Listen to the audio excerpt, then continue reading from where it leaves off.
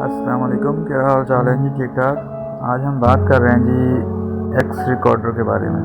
ये बहुत ही ज़बरदस्त ऐप है, खसूसन जो नए लोग काम करने वाले हैं और जिनके पास कंप्यूटर नहीं है और अच्छी डिवाइसेस नहीं है, किसी भी फ़ोन की जो स्क्रीन है उसको कैप्चर करेगा और साथ में उसी डिवाइस की जो एंड्रॉयड फ़ोन की जो माइक्रोफोन है उसके ज़रिए से आपकी आवाज़ को भी ये मुकम्मल तौर पर वो सेव कर लेगा। तो आपको बहुत आसानी है, जैसे ये मैं बना रहा हूँ, ये उसके कुछ फीचर्स हैं जो आपको बता रहा हूँ। यहाँ पर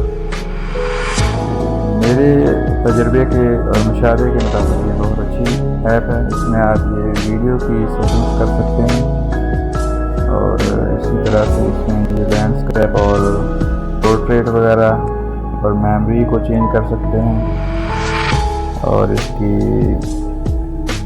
ये कि वीडियो की लेंथ कितनी हो वो और बाकी बहुत सारे फीचर्स हैं। मेरे हिसाब से ये ऐप बहुत ही अच्छी है, आप भी इस्तेमाल करें। उम्मीद है आपको पसंद आएगी। याद रखिए।